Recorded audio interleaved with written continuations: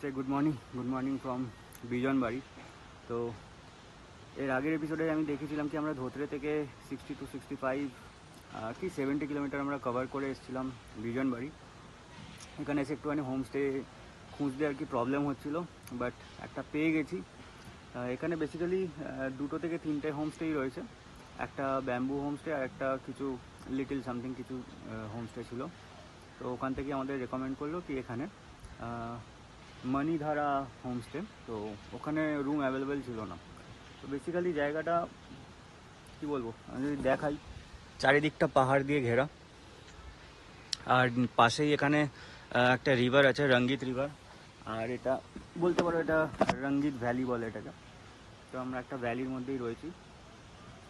তো এনিওয়েজ আমাদের এই নর্থ বেঙ্গল রাইডের আজকে ডে 5, আর এখনও অবধি একটা জায়গা যাওয়ার বাকি রয়েছে যেখানে না গেলে আমাদের নর্থ বেঙ্গল রাইডটা ইনকমপ্লিট থেকে যাবে।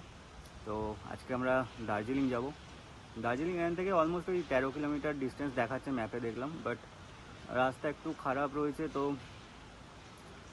1 hour to 1.5 hour এরকম কিছু লাগবে। তো যাই হোক, জায়গাটা আমরা যেখানে রয়েছি জায়গাটা নো ডাউট খুবই ভালো।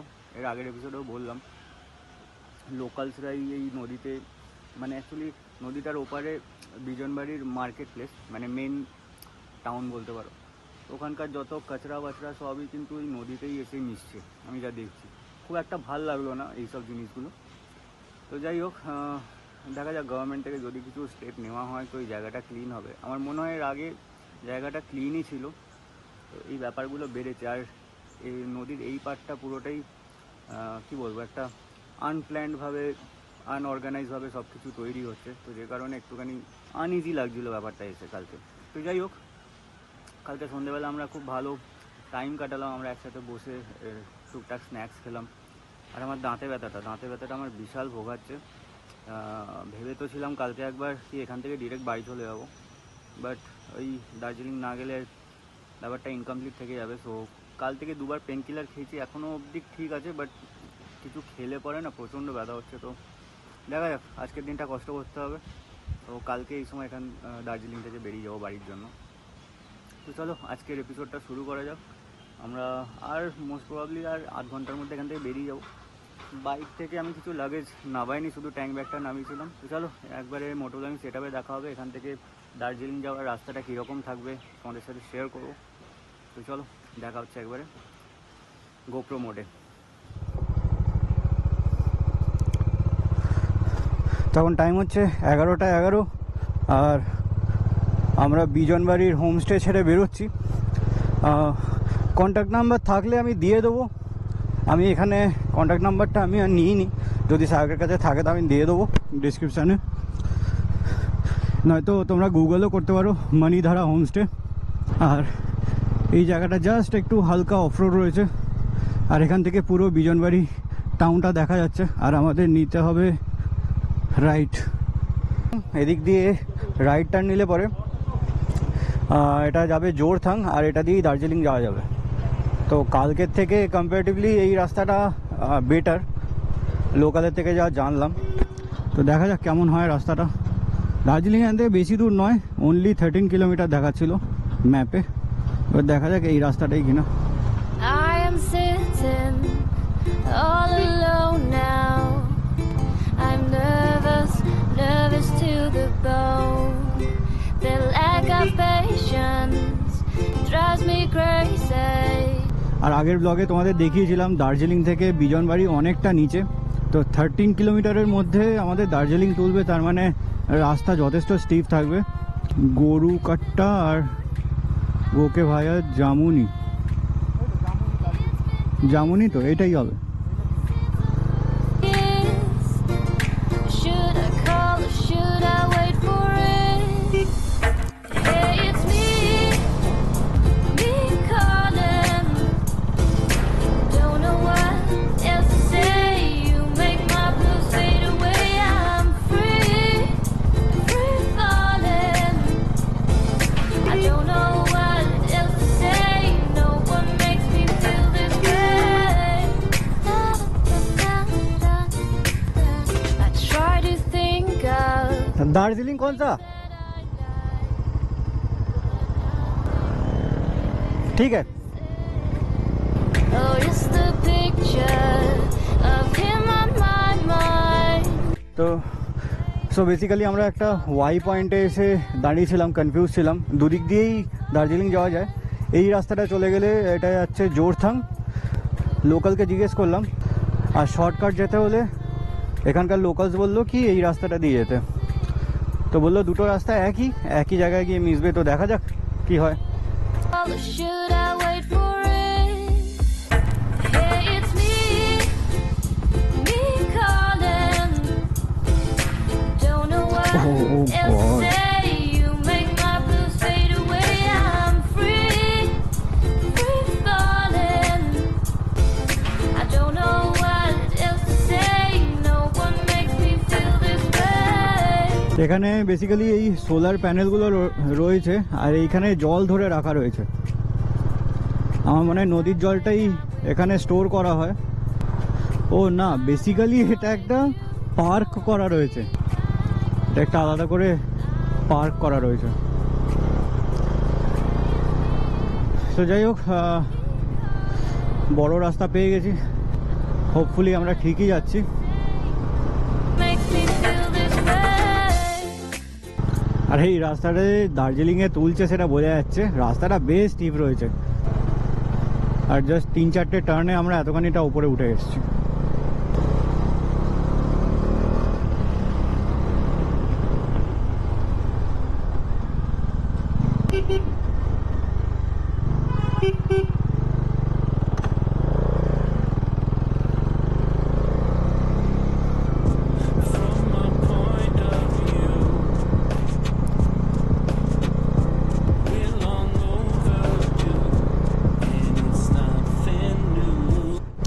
আর বেশ কিছুটা উপরে ওঠার পর রাস্তার জাস্ট ভিউটা চেঞ্জ হয়ে গেল। রাস্তার দুদিকেই কিন্তু চায়ের বাগান রয়েছে। তো একটা এরকম জায়গায় দাঁড়িয়েছিলাম, অ্যাকচুয়ালি সায়কের এমটিটা ওভারহিট হয়ে গিয়ে বন্ধ হয়ে যাচ্ছিল এরকম টার্নের মুখে। তো যে কারণে এবার দাঁড়ালাম, আর আমার ওষুধের পেন কিলারের এফেক্টটা 6 ঘন্টা হয়ে গেছিলো, যে কারণে আমি আর একটা পেন কিলার খেয়ে নিলাম, কারণ দাঁতে ব্যথাটা কিন্তু কন্টিনিউ হয়ে যাচ্ছে। তো যেই কারণে কীভাবে নামছে দেখো, গাড়িটা পুরো ফুল লোডেড আছে। এখান থেকে যে হোটেলে থাকবো ঠিক করেছি, ওই হোটেলের ডিস্টেন্স আছে 5.7 কিলোমিটার, 22 মিনিট সময় লাগবে। তো দেখা যাক। আর ভালো জ্যাম আছে ম্যাপে দেখলাম।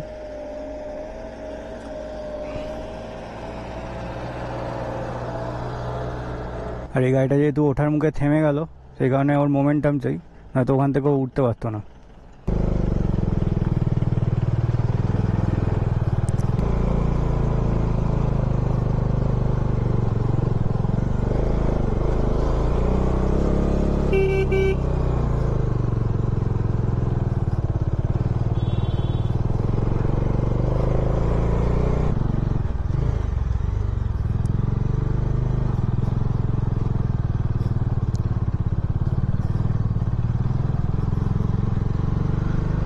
মারাত্মক লেভেলের স্টিপ রয়েছে, মারাত্মক লেভেলের।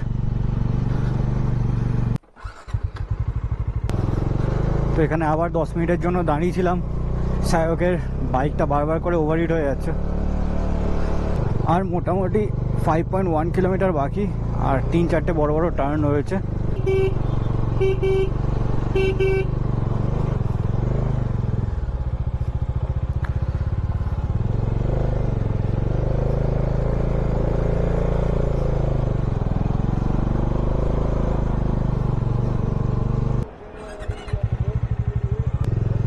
সো বেসিক্যালি সায়ক এদিকে চলে গেছে, আর আমাদের যেতে হবে এই ওপর দিকে, মল রোডটা ওপর দিকে। আর এখানে রাস্তার ধারে এইসব খাবার দোকান আর বিভিন্ন দোকান রয়েছে। कॉल सायक मॉल रोड कहाँ पे ऊपर ঠিক আছে। সো বেসিক্যালি এটা একটা ট্যুরিস্ট স্পট, এখানে জুওলজিক্যাল একটা পার্ক রয়েছে।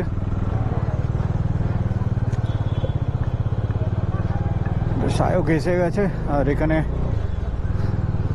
এরকম দোকান রয়েছে কিছু সোয়েটার্স वगैरह। কিছু খাবার দোকানও রয়েছে। যাই হোক, এখানে দাঁড়ানোর কোনো সিন নেই এখন। দার্জিলিংয়েই যত বাজে রকম ট্রাফিক হয়।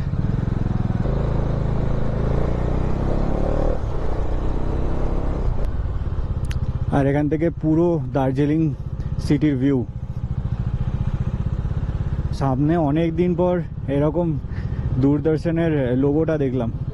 2022-এ যখন এসেছিলাম, যে হোটেলটায় ছিলাম, তো ওই হোটেলটাই লোকেশন মারা রয়েছে। সেখান থেকে 650 মিটার দেখাচ্ছে। হ্যাঁ, এবার চিনে গেছি। এখানে একটা কোনো বাঙালি হোটেল রয়েছে, এখানে খেয়েছিলাম। হ্যাঁ, এই হোটেলটা। আমাদের এখান থেকে লেফট টার্ন নিতে হবে, মানে সোজা যেতে হবে। আর ঠিক আমার बैक साइड है এটা मॉल रोड। यहाँ पे कोई मस्कटल रोमा नाम के कोई होटल है? मस्करम रोमा यहाँ से ऊपर है सर। यहाँ से ऊपर है ना? हाँ, आप सीधा जाइए, फर्स्ट पे ही आ जाएगा sir. First. Okay, thank you.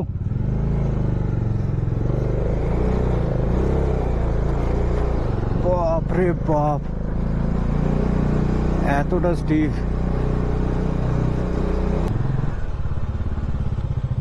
Muscatel Himalayan resort. So এখন টাইম 1:13 আর আমরা মাস্কাটেল হিমালয়ান রিসর্টে এসেছি।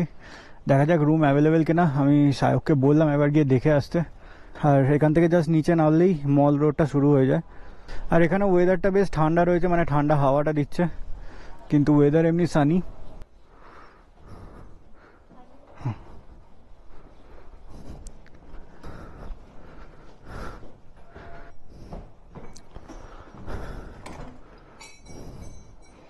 ওকে, সো মাস্কাটেল রিসর্টে রুম পেয়ে গেছি। এটা হচ্ছে রুম, বেশ বড় রয়েছে। দুটো সোফা টাইপ চেয়ার রয়েছে, একটা টেবিল, আর ওয়াশরুমটা বেশ বড়। সো এনিওয়েজ, আমরা ফ্রেশ হব এখন। ফ্রেশ হয়ে লাঞ্চের জন্য আমরা বাইরে যাব। তো চলো একবারে তখন দেখা হচ্ছে।